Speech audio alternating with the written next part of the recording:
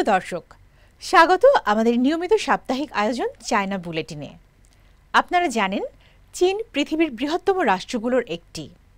চীন প্রজাতন্ত্রের রাজনৈতিক, সমাজতান্ত্রিক, প্রশাসনিক বা কূটনৈতিক ঘটনাবহুল খবরগুলো বন্ধুপ্রতিম দেশ বাংলাদেশের দর্শকদের সাথে ভাগ করে নিতেই চায়না মিডিয়া গ্রুপ সিএমজির এই বিশেষ আয়োজন। সঙ্গে আছি আমি তামান্না জেনিফার। এবার শুনবেন সংবাদের বিশেষ বিশেষ শিরোনাম। রাজনৈতিক আস্থা ও অর্থনৈতিক অংশীদারিত্ব উৎসাহিত করতে সিঙ্গাপুরের প্রধানমন্ত্রী লরেন্স ওংয়ের সঙ্গে চীনের প্রেসিডেন্ট শি জিনপিংয়ের বৈঠক। সংলাপ ও আলোচনার মাধ্যমে শান্তি প্রতিষ্ঠায় চীন ও ইরানের পররাষ্ট্রমন্ত্রীদের ফোন আলাপ। উদ্ভাবনী উন্নয়ন ও অগ্রগতিকে প্রাধান্য দিয়ে অনুষ্ঠিত হল গ্রীষ্মকালীন দাভোস ফোরাম 2025। মধ্যপ্রাচ্যে শান্তি ও স্থিতিশীলতা বজায় রাখতে কাজ করবে চীন। চীন সিঙ্গাপুর দুই দেশের মধ্যে রাজনৈতিক আস্থা, অর্থনৈতিক অংশীদারিত্ব এবং আঞ্চলিক সহযোগিতাকে উৎসাহিত করতে সিঙ্গাপুরের প্রধানমন্ত্রী লরেন্স ওংয়ের সাথে সাক্ষাৎ করেছেন চীনের প্রেসিডেন্ট শি জিনপিং। বেইজিংয়ে এই বৈঠককালে প্রেসিডেন্ট শি বলেন, 2025 সাল চীন সিঙ্গাপুর কূটনৈতিক সম্পর্কের 35তম বার্ষিক, যা দুই দেশের বিভিন্ন উন্নয়ন পর্যায়ের সঙ্গে সঙ্গতি রেখে অগ্রসর হয়েছে। এ পর্যায়ে উভয় দেশের উচিত দ্বিপাক্ষিক বন্ধুত্বের সামগ্রিক দিক আঁকড়ে ধরা এবং দীর্ঘমেয়াদী ও কৌশলগত দৃষ্টিভঙ্গি থেকে চীন সিঙ্গাপুর সম্পর্ককে আরও এগিয়ে নেওয়া।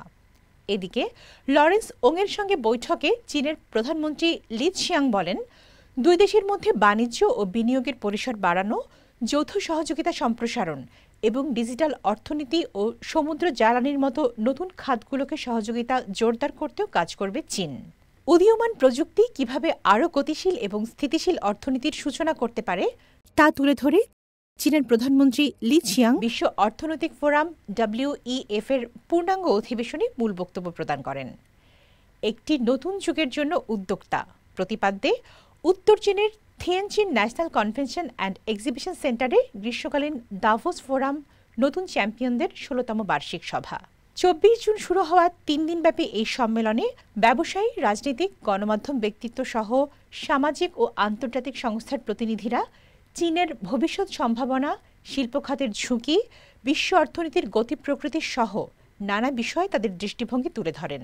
পাশাপাশি নতুন জ্বালানি ও উপকরণ, বিশ্ব অর্থনীতির গতি প্রকৃতি, কম কার্বন নিঃসরণ এবং পরিবেশ সুরক্ষার ধারণাগুলি ছাড়াও উদীয়মান উদ্ভাবনী প্রযুক্তি অর্জনের প্রতি গভীর নজর দেওয়া হয় এবারের দাভোস সম্মেলনে। সংলাপ ও আলোচনার মাধ্যমে শান্তি প্রতিষ্ঠার জন্য প্রচেষ্টা চালাতে চীনের পররাষ্ট্রমন্ত্রী ওয়াং ই এবং ইরানি পররাষ্ট্রমন্ত্রী আব্বাস আরাগচি ফোন আলাপ করেছেন। আলাপে আঞ্চলিক পরিস্থিতির সর্বশেষ তথ্য জানিয়ে আরাগচি বলেন, ইরানের পারমাণবিক স্থাপনার ওপর ইসরায়েল ও যুক্তরাষ্ট্রের হামলা চালানো আন্তর্জাতিক আইনের গুরুতর লঙ্ঘন।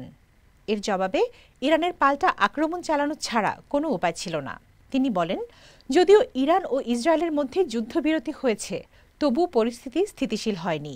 কেবল ইসরায়েলের আগ্রাসন বন্ধ হলেই প্রকৃত আলোচনা শুরু করা সম্ভব।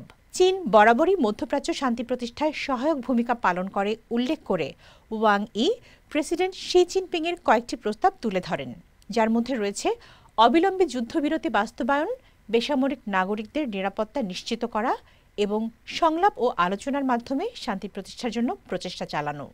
ইসরায়েল ও ইরানের মধ্যে উত্তেজনা বিষয়ে গভীর উদ্বেগ জানিয়েছে চীন।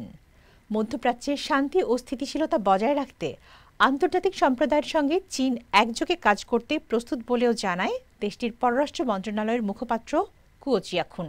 বেইজিংয়ে এক নিয়মিত সংবাদ সম্মেলনে মুখপাত্র বলেন, কূটনৈতিক সংলাপ ও আলোচনা এই সংকট নিরসনের একমাত্র পথ।